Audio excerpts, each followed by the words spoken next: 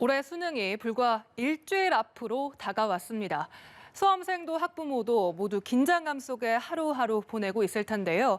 특히 이번 수능은 코로나19로 응시 날짜부터 수험 환경까지 예년과는 다른 분위기에서 치러집니다. 사회부 정인용 기자와 함께 관련 이야기 나눠보겠습니다. 어서 오십시오. 어서 오십시오. 네, 정 기자. 12월에 치러지는 수능, 올해가 처음이죠? 네, 그렇습니다. 말씀하신 대로 올해 수능은 지난 3월 교육부가 2주 연기를 발표하면서 수능 역사상 처음으로 12월에 치러집니다. 최근 코로나19가 걷잡을 수 없이 확산하는 양상을 띠면서 수능을 또 연기해야 하는 것 아니냐는 청와대 국민청원까지 올라와 있는 상태인데요.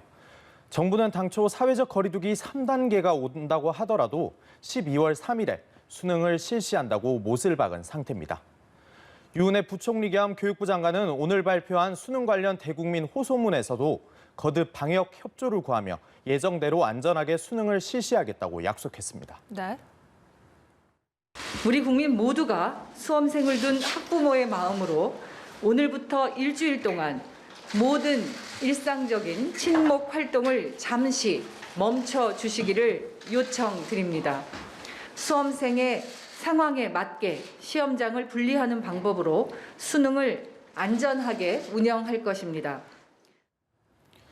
네, 정부는 지난 19일부터 수능 당일까지를 이른바 수능 특별 방역 기간으로 정하고 최대한 감염 확산을 막는 데 부심하고 있는데요. 특히 오늘부터는 전국 모든 고등학교와 수능 고사장으로 쓰이는 학교는 전면 원격 수업으로 전환했고 학원들에도 등원을 멈춰달라고 권고한 바 있습니다. 네, 수험생들은 혹시나 자기가 감염되면 어쩌나 이런 걱정도 많을 것 같습니다.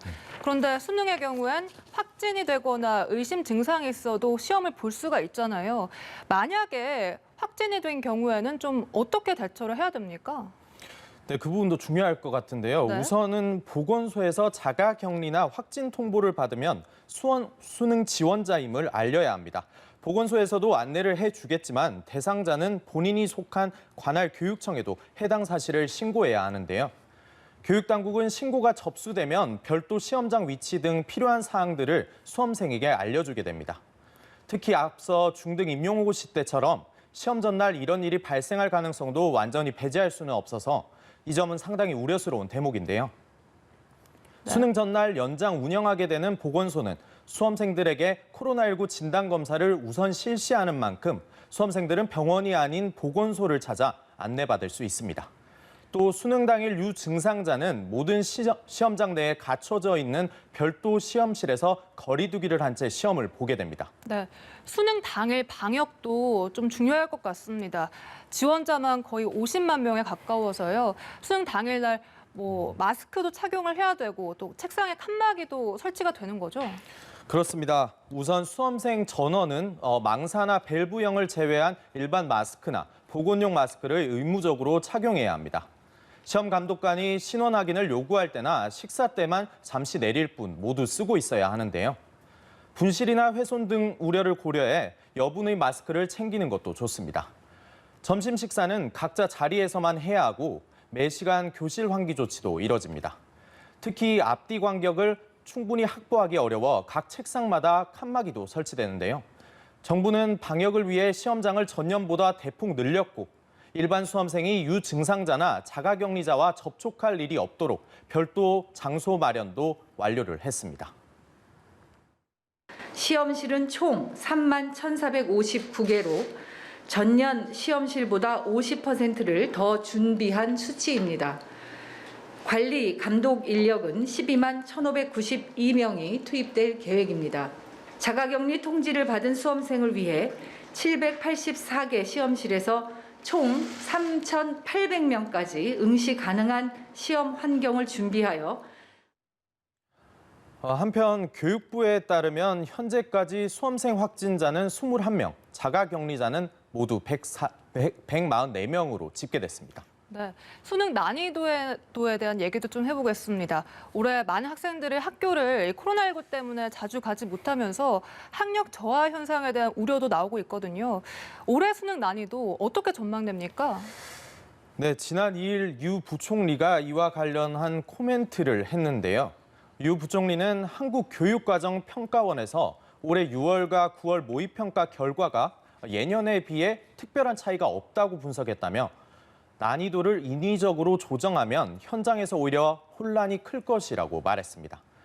그러니까 평년 수준을 유지할 뿐 학력 저하를 고려한 이른바 물수능은 없을 것이란 이야기입니다. 네. 지난해 수능이 대체로 평이했던 만큼 이와 비슷할 것이란 게 전문가들의 설명입니다.